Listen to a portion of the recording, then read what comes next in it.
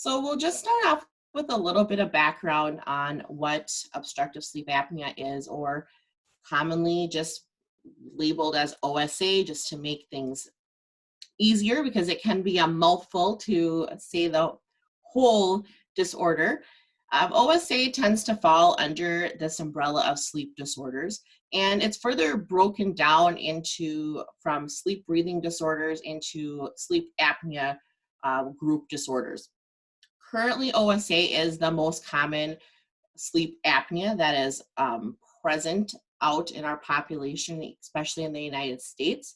And OSA really is just characterized by just intermittent partial or complete obstruction of the airway during sleep. So as a person sleeps, there's several different reasons why their airways tend to either partially obstruct or completely obstruct. We'll touch on those just a little bit.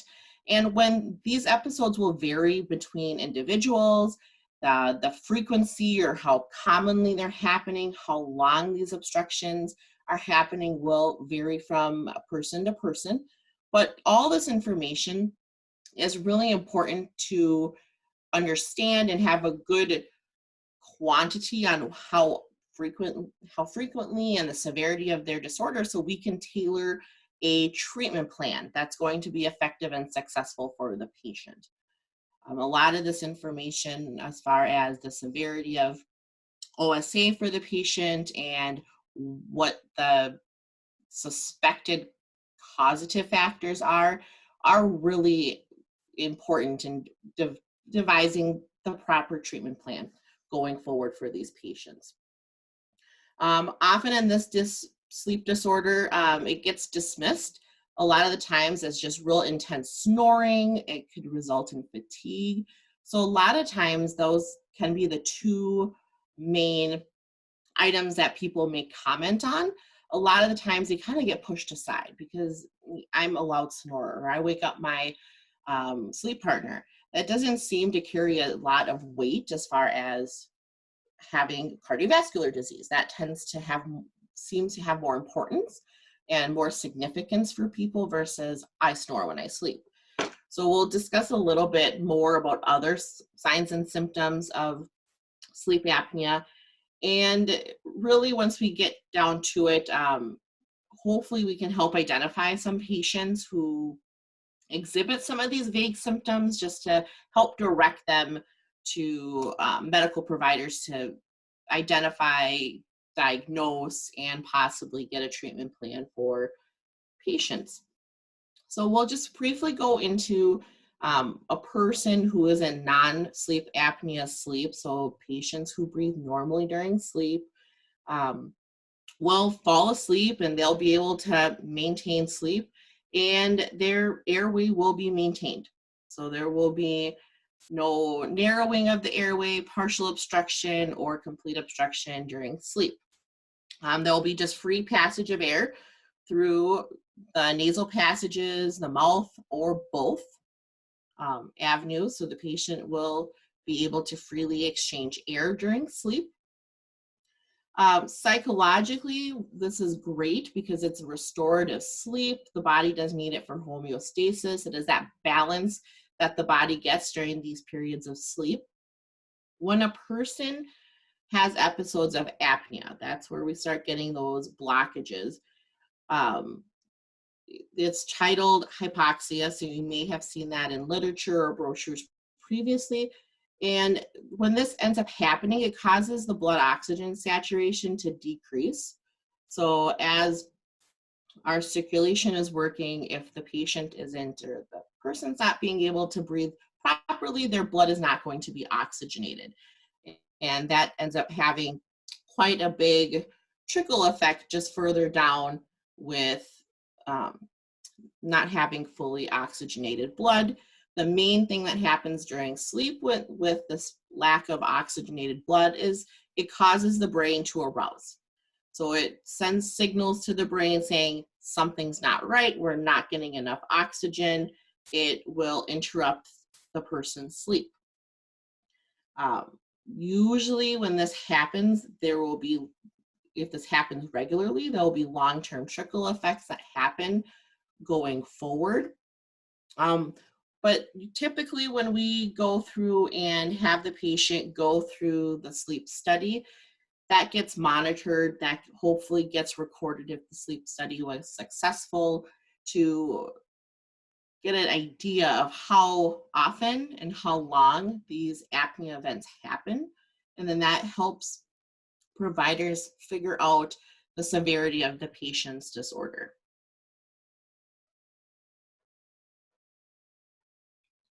So as far as the severity, you may have patients or personal experience or friends or family members who have sleep apnea, may give you numbers as far as how many events that they had or how many times they stopped breathing within an hour. Typically, this is going to be the scale that's used for this. This is just the apnea and hypoxia index that sleep medicine physicians use regularly. So a patient has a little leeway. So any 5 and less episodes during sleep will not necessarily be deemed as sleep apnea. Obviously, as those numbers increase, and their severity will be labeled accordingly. So a lot of times to determine the severity and frequency, this is the table that's used for an event that registers at least 10 seconds. So the episode needs to be at least 10 seconds long. So the apnea, the obstruction, the patient stops breathing for at least 10 seconds for it to register as an event during that time period. So we'll jump to the symptoms, and this is where sometimes I think that with this disorder, it just gets underappreciated, or the importance just may not be there for a lot of people that may be suffering with OSA. OSA really is underdiagnosed. Currently, the estimates as of a few years ago said that only 4 to 7% of patients who have OSA have a formal diagnosis. So there possibly is quite a few people that may be suffering some of the ailments related to OSA, and they just haven't either followed through with medical diagnosis, they just don't know, or they're being treated for other ailments and other medical conditions that may be related to OSA. And just going through some of these symptoms of OSA, it can be easily identified as why patients may not run into the doctor or their physician to have this assessed, because looking at this, a lot of us have probably experienced some of these at some points in our lives. We've all had episodes where we have been extremely fatigued or extremely sleepy or tired, especially in periods of life or seasons of life where we're lacking on sleep, we're super stressed, we have lots of things going on, we're not really getting good quality of sleep. I know I have. It's not something that I necessarily thought of before to, run to my physician and ask why. Patients or people who snore loudly or know that I've snored ever since I was a kid, it's not been a problem. Not something you necessarily previously may have talked to a physician about. Hopefully, if anybody's ever told you that you stop breathing during sleep, or you wake up gasping, or did you know that you make this gurgling noise, hopefully that should be a concern that you may want to address with medical provider.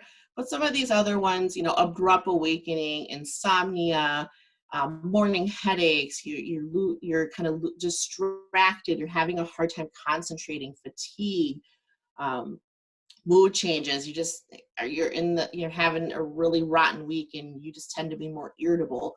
A lot of times we may make that connection that it's related to what's going on with us during waking hours and not necessarily what's happening while we're sleeping, that may be a contributing factor to some of our mood changes.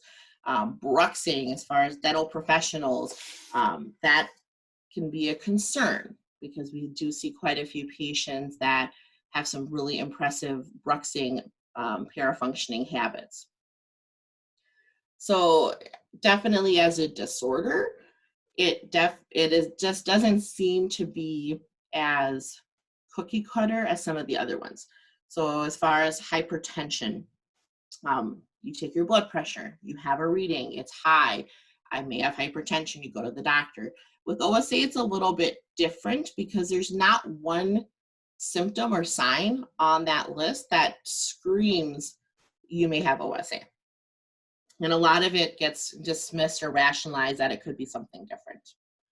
So there are risk factors that people may present with or may be at a higher risk for developing OSA. Just because these risk factors are present doesn't mean that they for sure have the condition, but it definitely does increase their size. And obviously if they have more of these risk factors, they're going to be more prone to possibly having OSA or developing OSA in the future. Excessive weight is one of the top markers, and typically in the past, research has shown that as BMI increases, the patient's OSA risk increases as well. So depending on where that patient falls with BMI, it may correlate to their OSA risk. And large neck size, there is a slight different measurement for men and women. For men, typically anything over 17 inches of neck size, so collared shirts, things like that would predispose that person at a higher risk, and then that reading would be 16 inches for women or females. A lot of times with the neck size, it just correlates to more soft tissue around the neck. So it does apply pressure when the patient is trying to sleep or laying down just on that airway when the muscles are relaxing during sleep. So that is a concern. Patients typically who are middle-aged, although OSA can happen at any age, medical professionals have deemed middle age as the common age that OSA gets diagnosed. Males have a slightly higher predisposition to OSA than women. However, women who are postmenopausal tend to be a little bit higher in the risk factor category. Patients who have hypertension have a correlation, and we'll talk and believe on the next slide as far as other medical conditions related to OSA. A lot of patients who have OSA, who have been diagnosed or going under treatment, will exhibit hypertension as well. So it's definitely a concern, especially if the patient has high blood pressure, they've tried different medications, they're really having a hard time getting a handle on controlling the medication, controlling the condition with medication and lifestyle changes. This might be a topic to address as well, if they may have OSA related to it. Couple of these are going to be more dentally focused, so a recessed mandible, so just looking at the occlusion and the bite. If the mandible is recessed by anatomy standards, then there's just less room in the back of their mouth. There's less room for airway. The structures are occupying that space instead. Some patients have an enlarged tongue, or they may just have a genetic reasons, they just have a larger tongue. So a couple physical things that we can identify during dental exams and head and neck exams for our patients, and patients who have a family history of OSA may be at higher risk. There are some inherited traits that our patients may get from their parents, the size of their mouth, the neck size, but also getting some learned traits within a family. So some dietary lifestyle habits that you may pick up being in a certain family, physical activity habits. So family history does play a part, even if it's not inherited, just from the habits standpoint for these patients. So there are definitely some serious comorbidities or some serious medical conditions that have been identified to happen fairly frequently with patients who have OSA. Some of the serious ones are cardiovascular diseases. So this ranges from arrhythmias, high blood pressure, other cardiovascular events like heart attacks, and even sudden death from heart failure or from massive heart attacks. Patients do have a higher risk for stroke as well. Metabolic diseases, and this includes type 2 diabetes, metabolic syndrome, polycystic ovarian syndrome have been related to OSA as well as renal diseases, asthma, cancer. And for us dental folks, there has been a relationship that they're still investigating, but it shows promise that there may be some correlation between OSA and periodontal disease, and that's related to some of the chemical cascade events that happen during sleep, during these hypoxia and apnea episodes, what that happens in the blood, and it increases that C-reactive protein, and it may exacerbate or have a relationship with periodontal disease. So that is interesting note. So a couple of physiological changes. This decrease in blood oxygen during these episodes causes arousal and periods of awakeness. So this decrease in blood oxygen creates this condition of hypopnea for patients, and this condition ends up demonstrating where the blood carbon dioxide levels increase during these episodes that the patient has during their obstruction periods. And the more of these episodes that the individual has during the night, the more severe the blood change, which that would make sense. The more these episodes are happening, the higher increase we have of carbon dioxide that is left in the blood, because that blood isn't being oxygenated. So that exchange of carbon dioxide to oxygen isn't happening as often or as efficiently. So what ends up happening is there's going to be an increase of this carbon dioxide in the blood, which in turn will increase the blood pH that the patient will have. So if we took a blood sample, the pH of the blood will be increased. And this change has been shown to increase blood pressure. So they did a study on patients with hypertension and chronic hypertension, and it showed that their blood pH tended to be slightly elevated compared to a person who did not have cardiac or hypertension cases.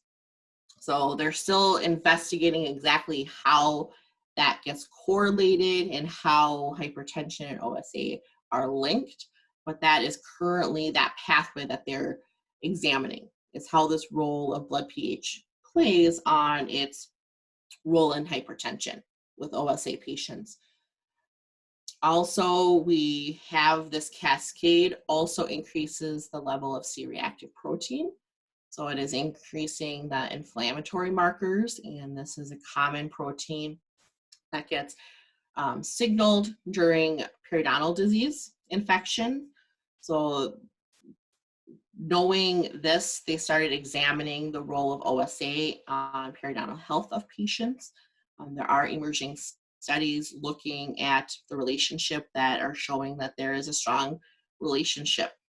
And I'm sure we've had some patients that have had periodontal disease, and we've done a lot of therapies and interventions to try to maintain and manage their periodontal disease, and nothing seems to be working. So this may be in the future an item of interest going forward to see how much of a role this has played previously.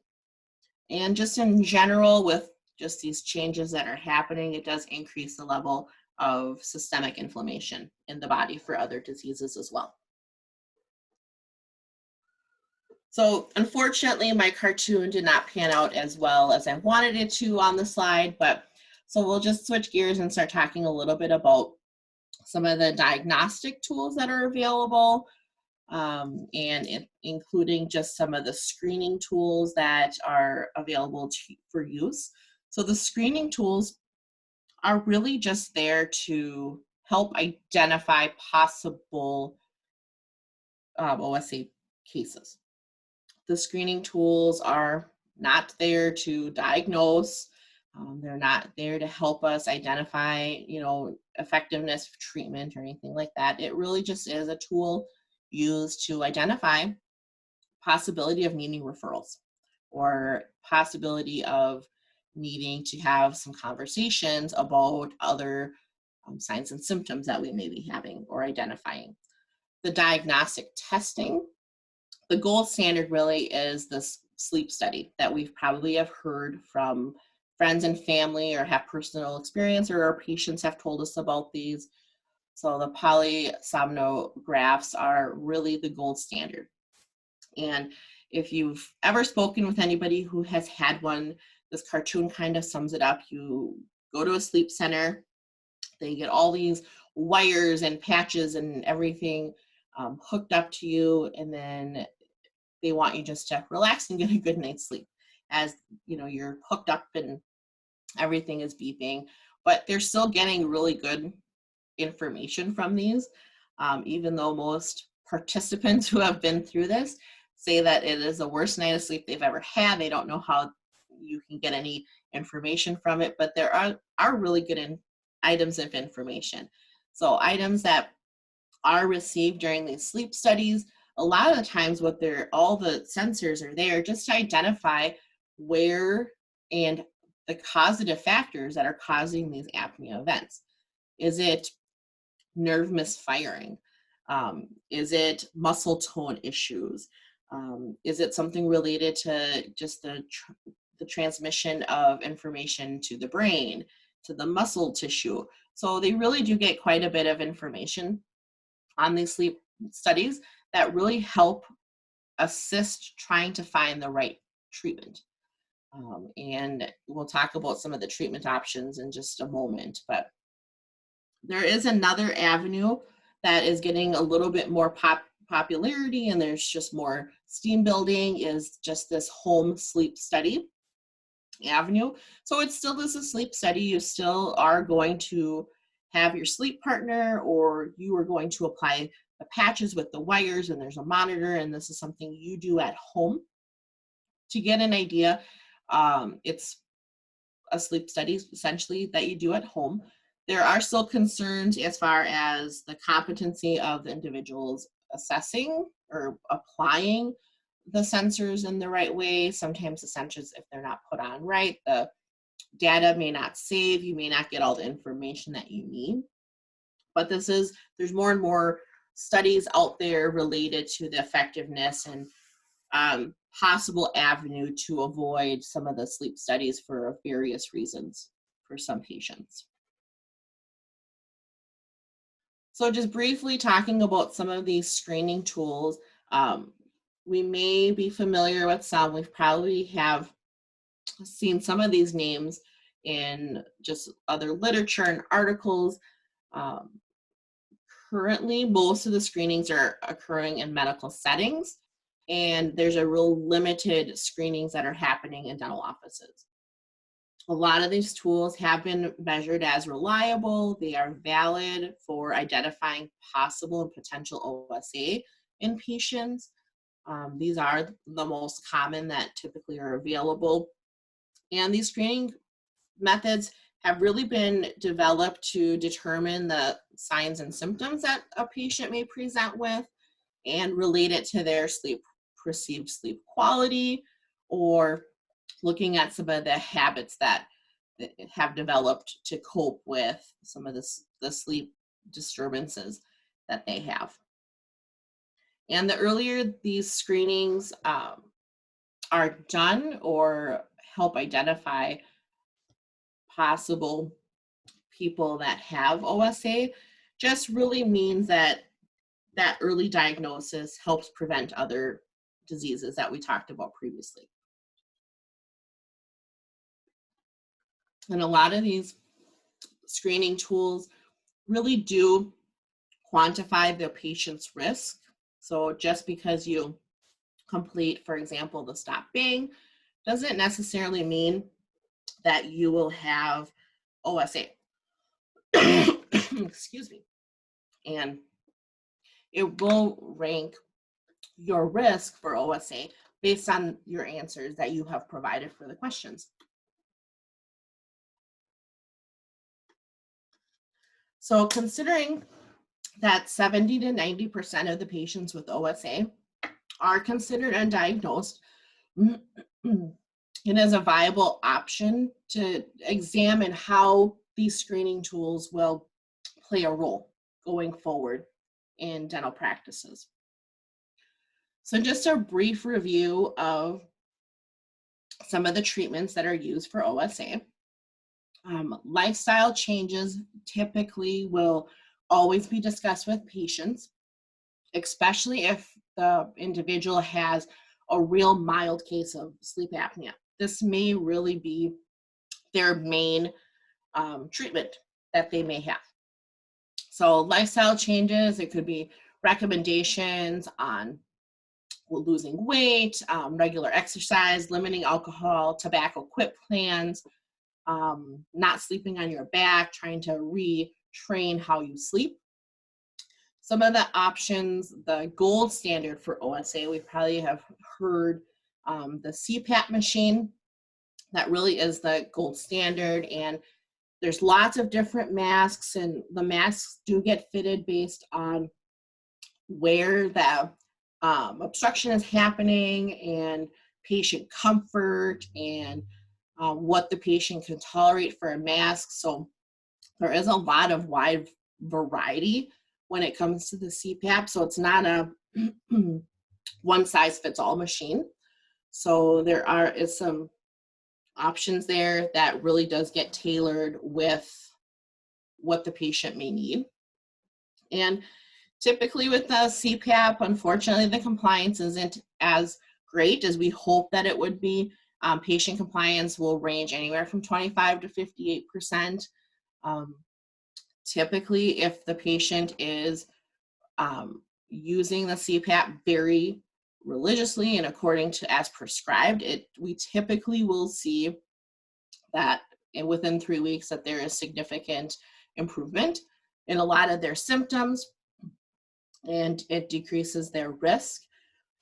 If the patient after that 3-week period just stops using their CPAP for one night, so for whatever reason, they've been using it very regularly, they were super tired, they didn't feel like hooking it up, missing using the CPAP for that one night will set the patient back as far as the results about 4 to 7 days.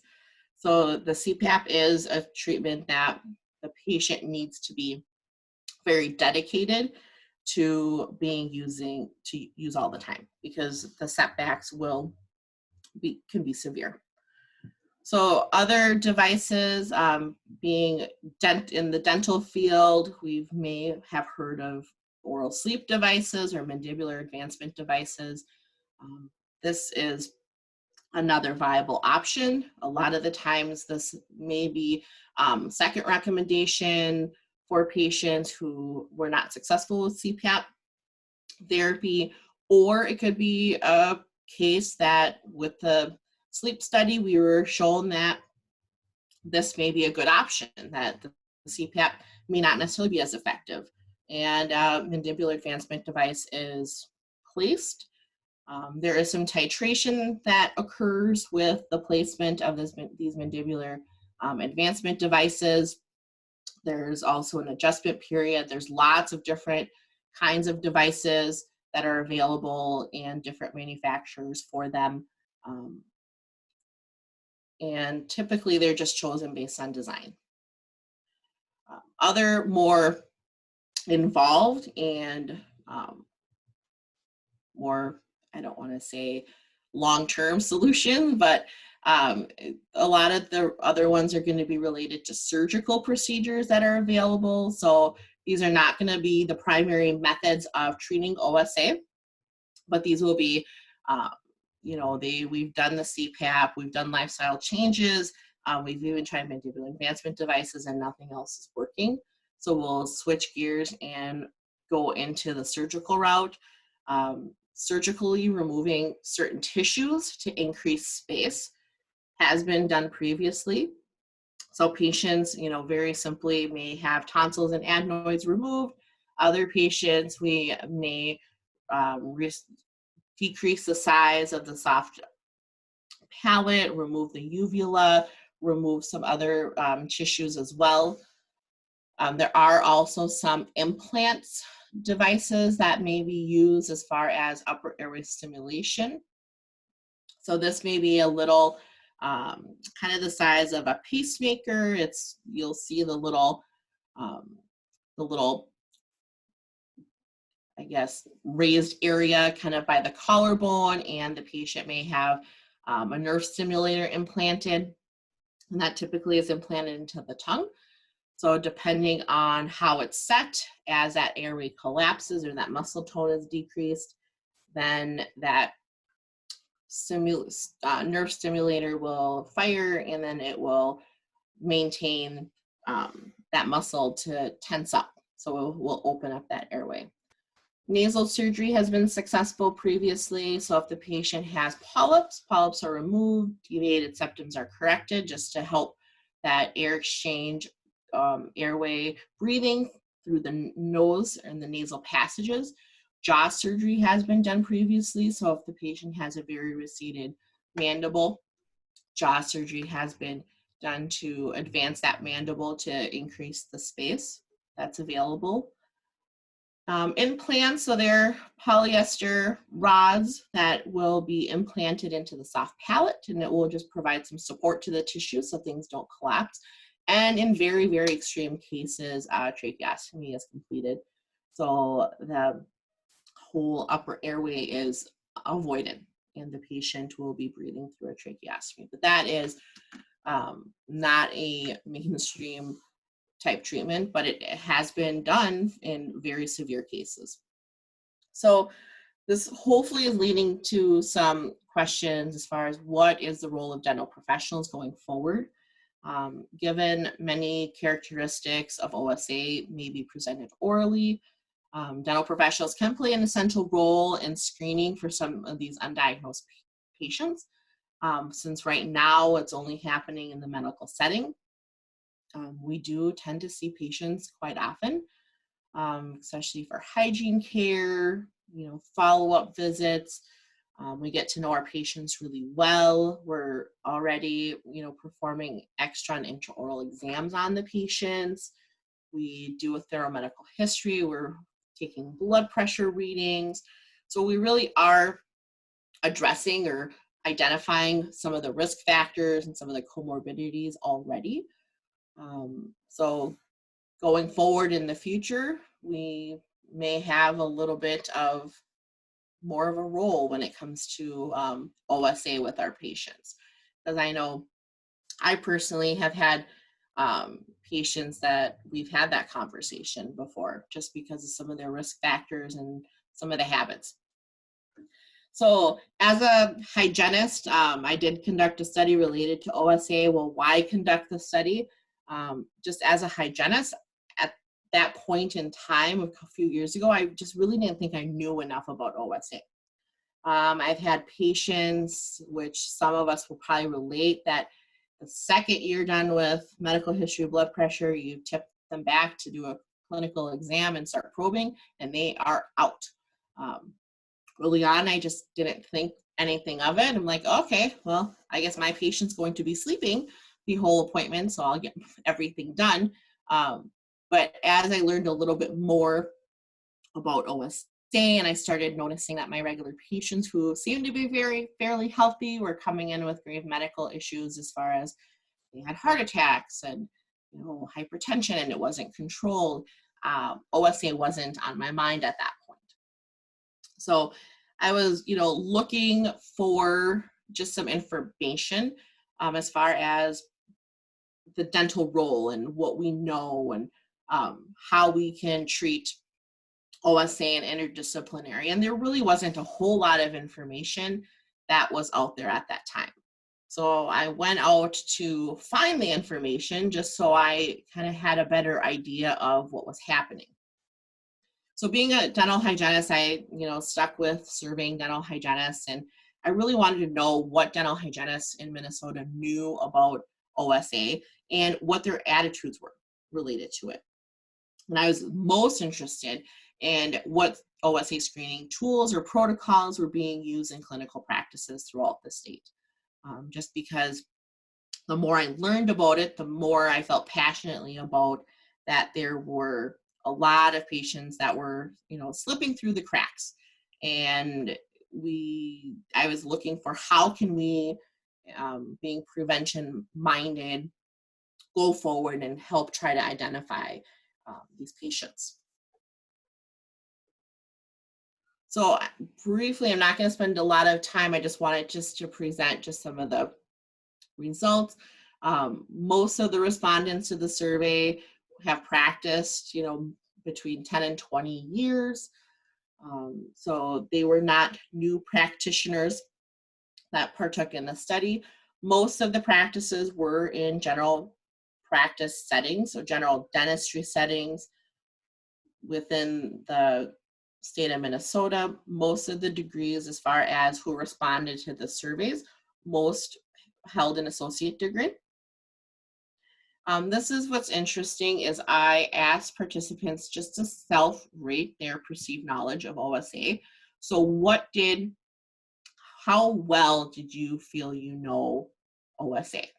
And majority, over half the participants rated themselves on the lower scale. So that demonstrated to me that there was a gap. There was limits to what we as practitioners knew about OSA.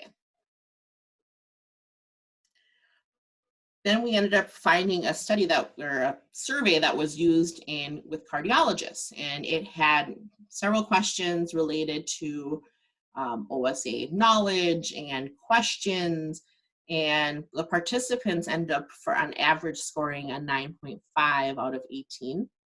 So it's slightly better than 50% as far as overall knowledge score. So even though there maybe wasn't a formal education as far as in hygiene programs, there was some limited experience with continuing education, but a lot of the knowledge that was identified by participants really was either I learned from the dentist I work for, I learned in my dental practice as far as from patients, or I learned from personal experience, family experience, or with friends having OSA.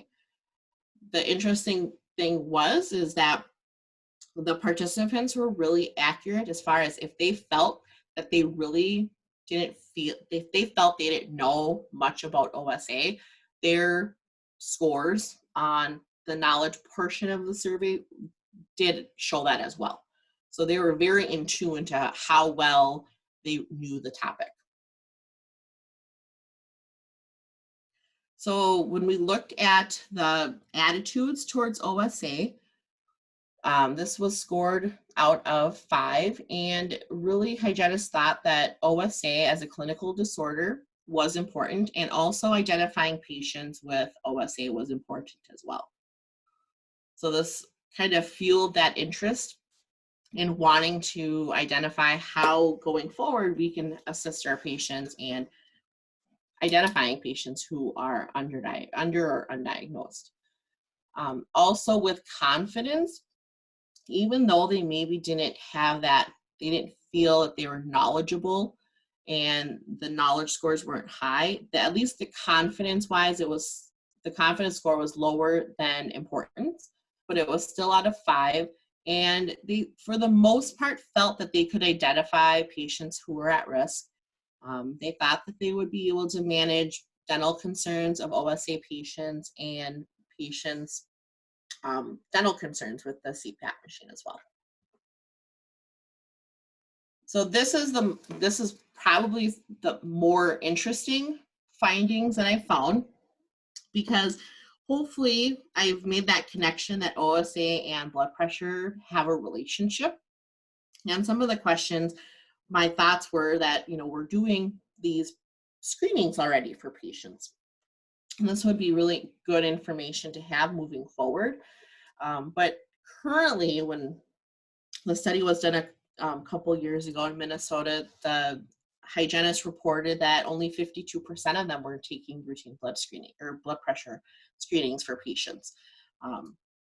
And I was surprised by that, just because knowing the indications of high blood pressure and dental hygiene care, the use of local anesthetics, and some of the complications that may arise with that, I thought that number would be a little bit higher. Extra and intraoral exams were happening at a pretty significant rate. So almost 90% said that 75 to 100% of the time intra and extraoral exams were being conducted. And the options were by the hygienist, the dentist, or both, and that we roped everybody in. So dental professionals were conducting quite a few extra and intraoral examinations.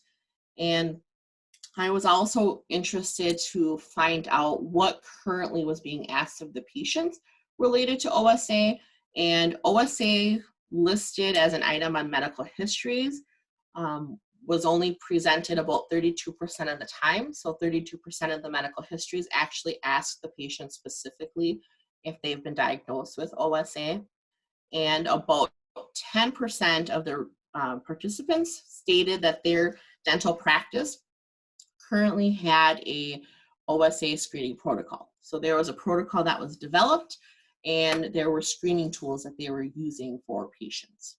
So that wasn't very high. It wasn't very significant that showed that most offices were screening. So what this ended up telling me or showing me is that the next step is to, assess, are patients even willing to be screened at a dental office? We may have that desire to be identifying these patients and helping patients find, help in medical diagnoses for these conditions, but are patients willing to accept a dental provider providing these screenings? The need to have OSA and continuing education, also incorporating this into our curriculum programs for our future dental providers, and just developing or assessing what screening tools are available for use in a dental office setting. So there was a follow-up study that I did, actually specifically looking at acceptance in dental offices, just because if our patients aren't going to be willing to comply or they're not going to be comfortable, then this may be really hard to implement. So the aims were to look at what the individual patient's comfort level was, and we specifically used the Stop Bang questionnaire in dental settings. The reason I selected that screening tool is because it was simple. It had 8 questions on it. Half of the questions were already being asked in most medical or dental offices already. If it wasn't, it was items that were on the medical history. So we chose something that was easy to implement, to ask patients about. And we also assessed the patient's current trends in medical visits and dental visits. So we just asked patients, when was the last time you went to a dental office? How often do you go? Same thing with medical. Just because we're trying to identify, are patients visiting their dentists more, or are they visiting their medical providers more? And just to see if we can fill that gap, if we can find an avenue where we can help identify these patients that are getting slipped past the medical providers. So we just did a study, and we just asked some of those basic questions related to their comfort level with having a dental provider provide this Stop Bang. We did actually have the participant complete the Stop Bang questionnaire, so they actually had an idea of what it would be like to have a dental provider have asked these questions and assess these 8 answers. And this was all administered by dental hygienists. So we trained the dental hygienist to complete the stop bang questionnaire, to be able to quickly score it, and to let the patient know what their risk was based on that finding. So we did do this at the Minnesota State Fair, so we did get quite a few participants. Our mean age was 51, so they were right in that middle age window, and there was not a big difference between medical and dental visits, which was surprising. I maybe thought that one or the other one would be higher, but fairly similar on seeing their providers within the last year, which was good. 88% reported no previous OSA diagnosis, and they're almost 30% when they took the stop bang questionnaire marked being at a moderate risk for OSA, and 10% were marked at a high risk for OSA. So these patients would be worthy of having a referral to follow up with their medical provider. And that would be up to their medical provider if they feel that they would warrant having a sleep study done or whatever other intervention. But that would be a pretty sizable amount of patients who had no previous OSA diagnosis. And as far as comfort, which I felt was one of the most important things to assess, just looking at the table, most of our the participants in the study either said they'd be comfortable or very comfortable with having an OSA screening at a dental office. So as a dental provider, I was very encouraged by that patients were not separating the two as far as, this is a medical thing. We're not going to have this addressed at the dental office. They were very open and comfortable with having this done in a dental office setting. So that was very encouraging. So just going forward is, trying to incorporate some screenings, especially related to adding things as part of their medical history review, adding it to their medical histories, asking some of those screening questions if we feel that there is a need for possible referral. So I'll just put my references on here just for a brief moment. If anybody would like the reference list emailed, we probably can facilitate that, and I can send that your way. So let me switch gears. So we're done with the formal part of the presentation, and then I will field some questions here.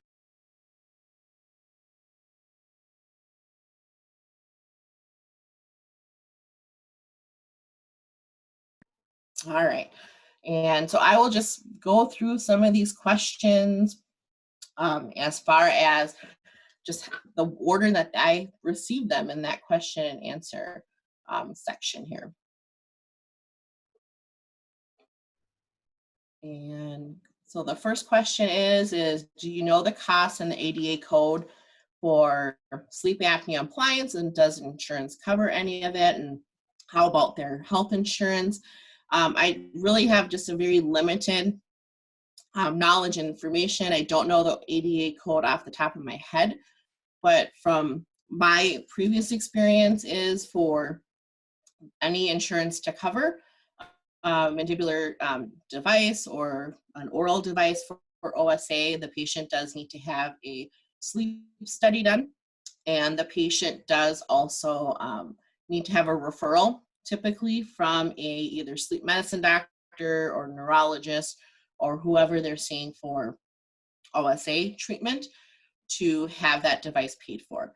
As far as what the coverage is, and it could just be, it varies.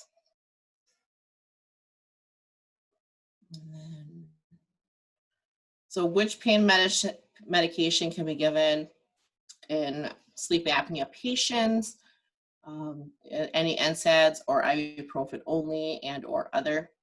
That I'd probably consult with the pharmacist on that first. Typically pain medications would not be ideal for OSA patients just because of some of their effects.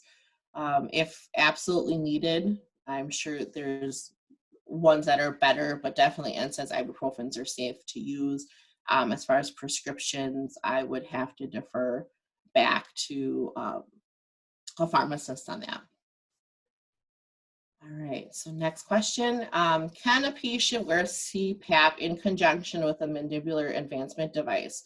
Typically, it's going to be one or the other, just because they may counterbalance the size of the mandibular advancement device, may compromise some of that airway pressure, because the CPAP is providing positive airway pressure, so it's essentially pushing air into your airway. There are some CPAP masks or nasal pieces that may force more of that air going through your nasal passages, but typically it's one or the other for the devices. And then, should OSA or sleep apnea be direct questions on a patient's medical history? I professionally and personally think it should be. I think it's a very easy and question that patients may ask or be asked and have that information. It won't maybe necessarily affect how you provide dental care or dental hygiene care for the patient, but it is a really good insight if you start seeing any other medical concerns with that patient. So it's definitely a very easy, quick line item thing to add to a medical history. And then, what do you think about dental mouth guards that protrude the lower jaw forward for sleep apnea? And I've read some articles that there are some concerns over TMD issues that may arise just from that force of pushing that mandible forward over a prolonged period of time. I've seen studies that have both, so I think the verdict is out there, but I still think it's a viable option for patients who were not successful with the CPAP therapy. It's better to try something than nothing. And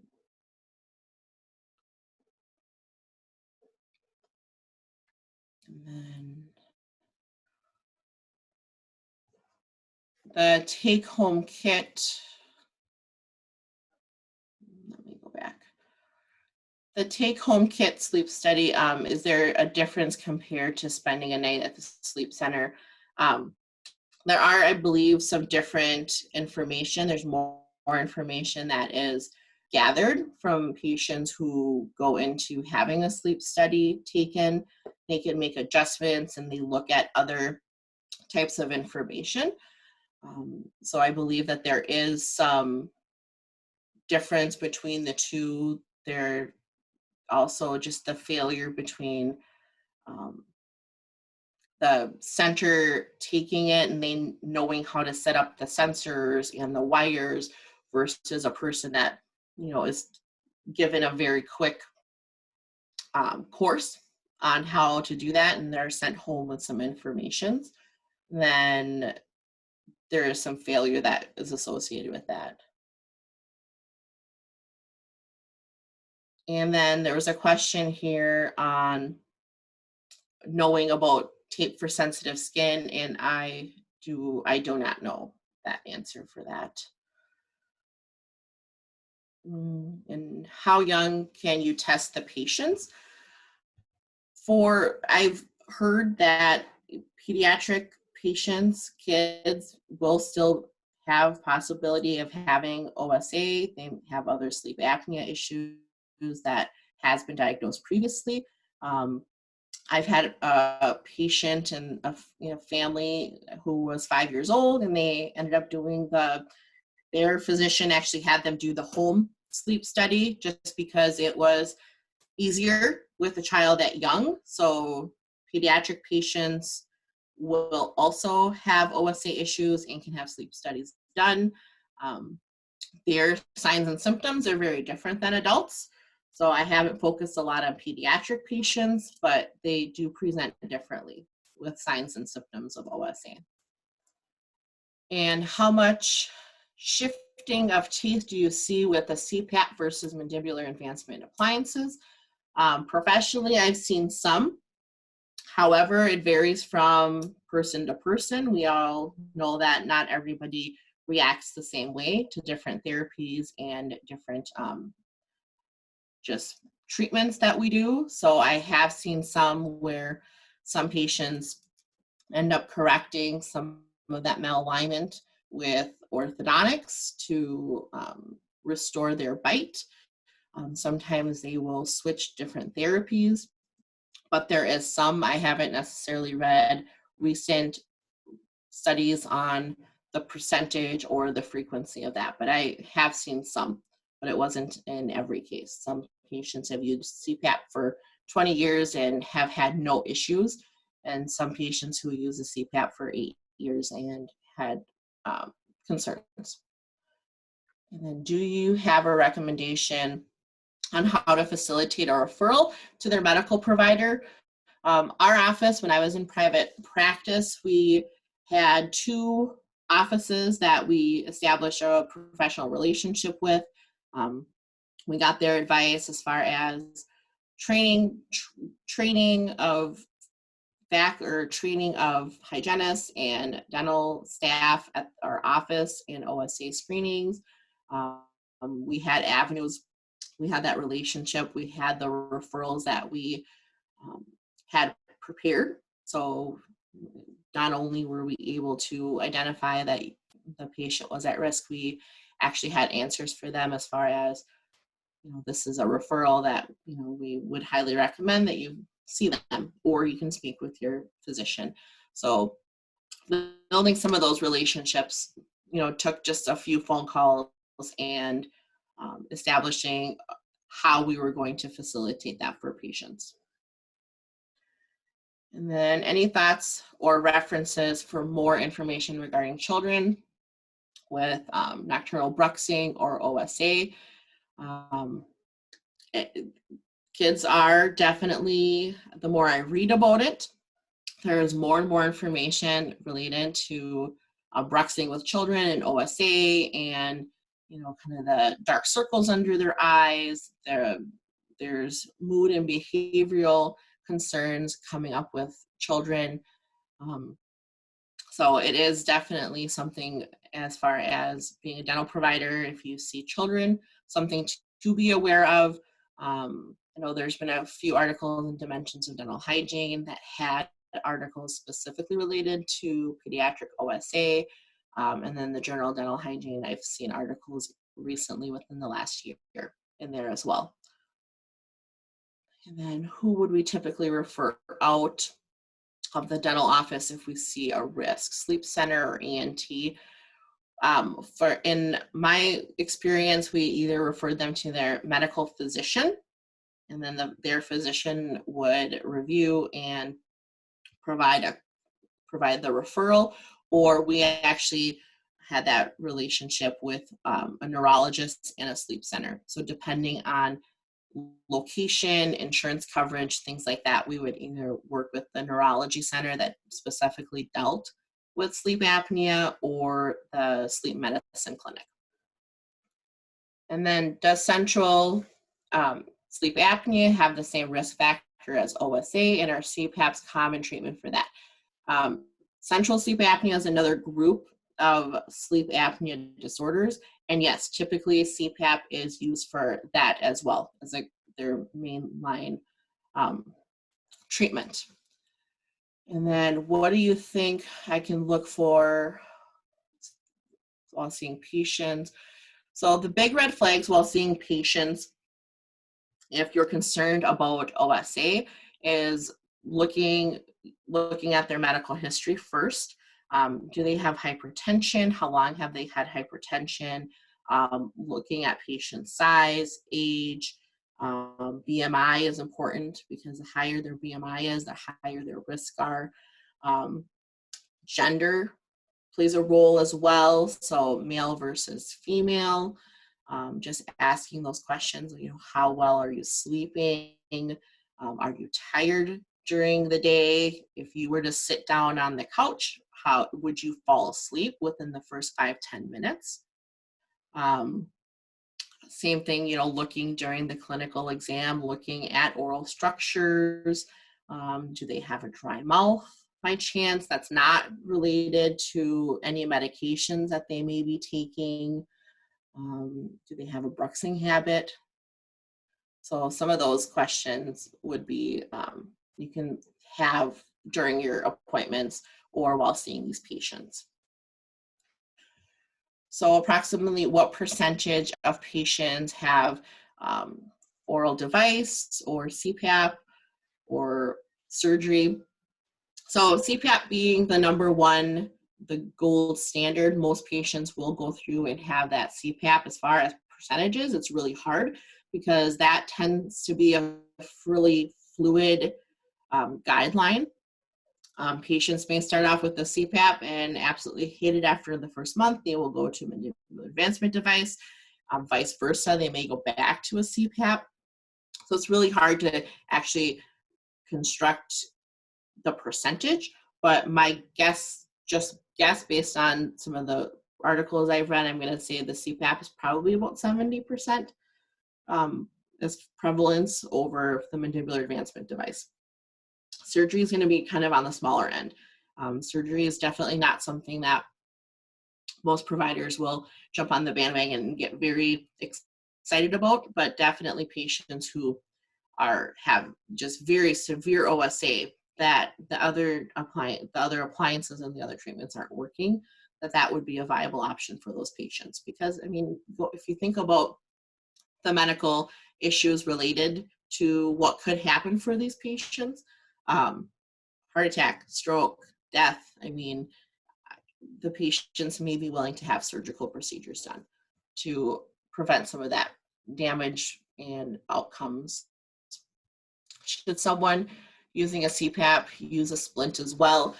Depending, it's going to be hard on space just because the masks and the nose pieces and the mouth pieces related to the CPAP may not have a lot of space. So we're kind of trying to fix, the one problem of it's a space issue, the airways collapsing because there may not be space for everything, and it may just be too much of everything. So typically I have not necessarily seen that the CPAP and oral devices are used together at the same time. And then, do CPAP devices create aerosols? COVID question. That is a very good question. And as far as how much and how far the aerosols go, I cannot answer that question. That is a very good question with our times. And then, what oral devices do you prefer? TAP, ClearDream, Somnomed, etc. I don't have a preference on any one device or brand or design of mandibular advancement devices. I definitely think it's should be based on what the patient can tolerate and based on their sleep study on why the mandibular advancement device could be a successful treatment and therapy, because all of those are similar, but they all have their specific differences that can be helpful for one patient and not be as effective for another patient. So just having the availability to choose the oral devices and being able to not only titrate and not only have one is effective for that. But as far as, I do not have a preference on any one device over another. So you stated that there are incidences increasing. Do you have a reason of why this is happening? Incidences of OSA are increasing, and a lot of it has to do with some of the increase in obesity that we have in our society and with patients right now. So a lot of the incidences, the studies are showing that it is related to just the increase in obesity. And then, as you noted, there's a link between CPAP and bruxing. Can the patient wear a flat plane occlusal splint and use a CPAP at the same time? That would have to probably depend on the type of mask that the patient is using with the CPAP. A lot of the times, after that 3-week period of the patient using that CPAP, a lot of times their bruxing habits tend to decrease. They're getting better sleep. It's not related to their poor sleep. So patients who typically have a CPAP, there should be some improvement related to their bruxing habits. So that would be a very good question if you notice a patient that is very new to using a CPAP, just to have them mark and just to see if they feel that there's improvement. But your bruxing should improve once the CPAP therapy is being used and the patient really is using and wearing the CPAP as prescribed. And then how about a hard bruxing device and a CPAP? Any contraindications? And just the same, the bruxing should improve with the proper use of the CPAP device.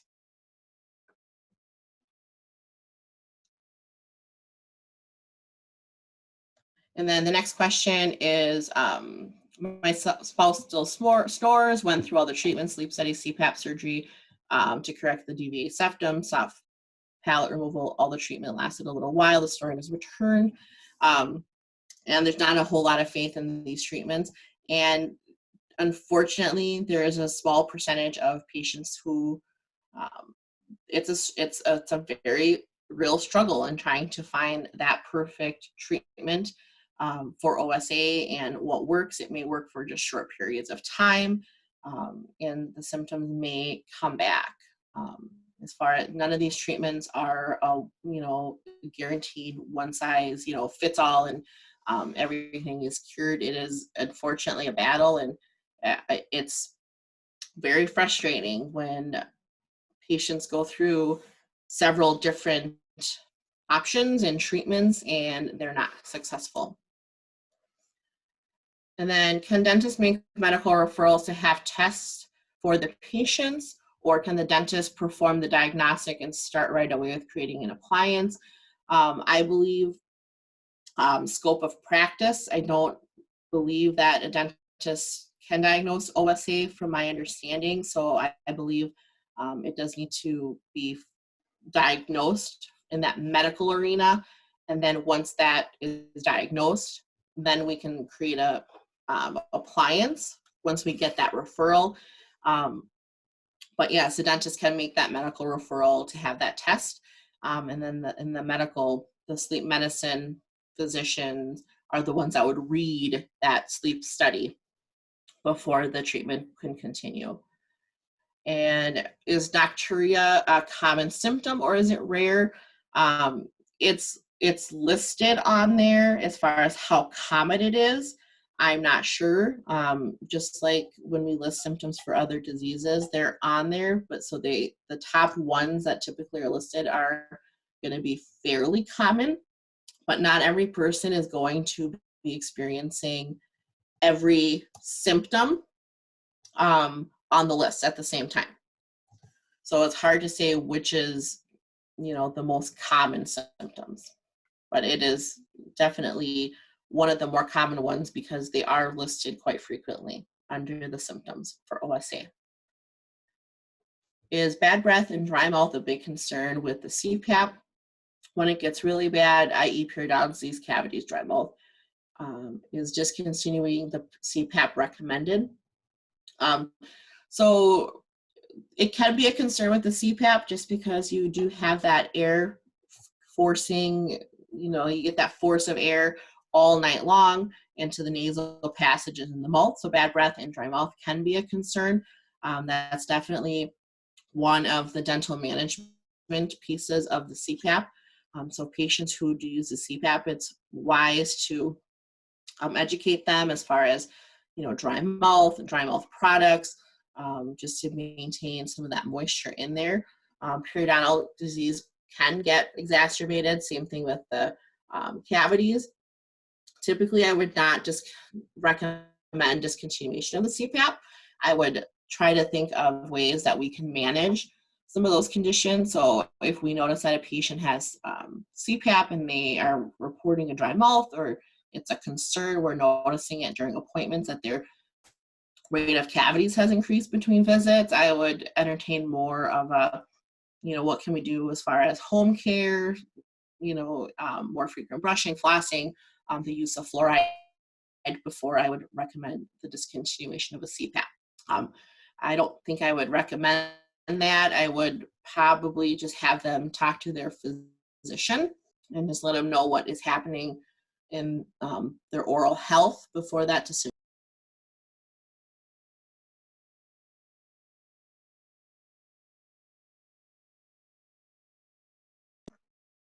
Okay, so the next question is snoring mean that that patient has sleep apnea?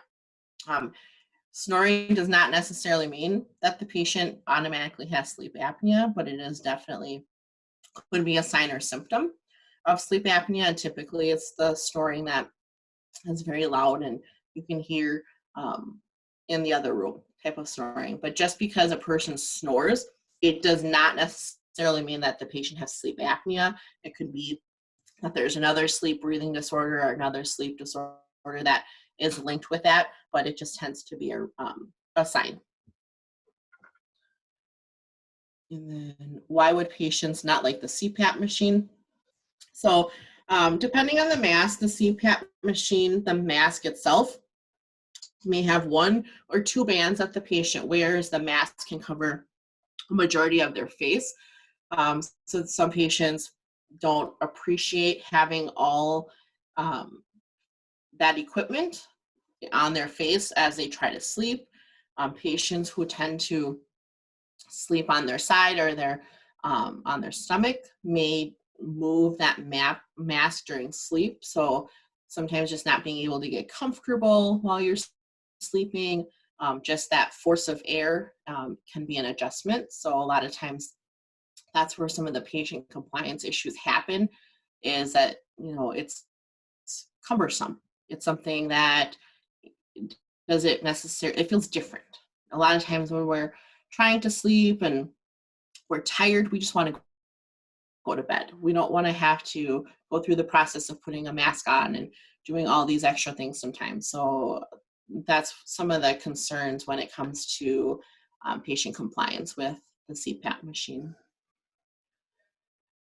Are there any compliance issues with patients wearing the CPAP or mandibular advancement devices? Yes.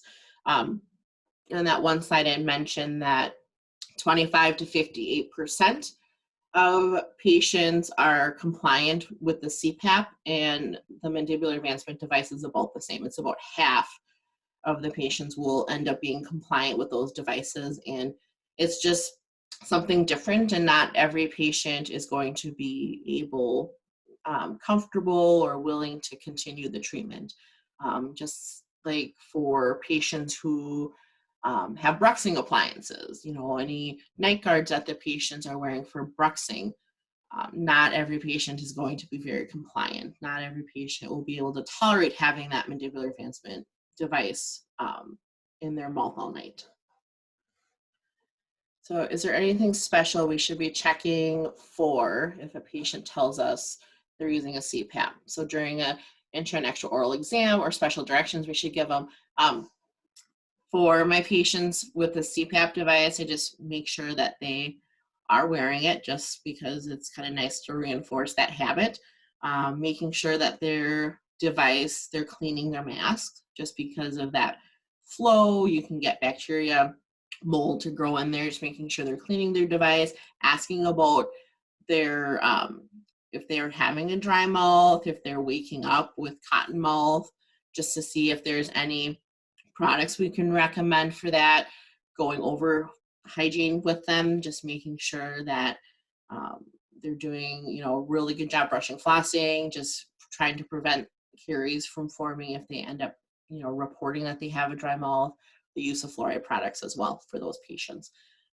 Intra and extra oral exam, occlusion could be checked as well, just to make sure that there's no shifting of teeth or any changes that way for them. All right. So weight is an issue. Yes, weight is a very big issue, especially patients who are marked as obese and overweight. that definitely has a bearing on OSA. And a lot of it just has to do with just some of that extra fat tissue around the soft tissues creates pressure. So as a patient who has a higher BMI, there's more pressure around that neck area, the airway area, you know, with some of the facial fatty tissue, and that may exacerbate some of that obstruction. So that's why when they recommend lifestyle changes, they will recommend weight loss as well as part of that. So does a dentist need to get certified to treat OSA in a dental office? Not to my knowledge, as far as, you know, definitely continuing education would be helpful, just because there is a little bit to fitting and titrating some of those mandibular advancement devices, understanding that sleep study that will get sent back to understand or being able to select which appliance would be best suited for that patient's condition. So is there a correlation to improve periodontal health once OSC treatment is started? And that is a $1 million question. They're still trying to understand that relationship of periodontal health and OSA. But according to, if everything goes the way the treatments have been for patients, then yes, that should be improving periodontal health once OSC treatment has been started. But the studies are still out there, and they're still trying to solidify that relationship between periodontal health and OSA. All right, I think we have covered all the questions.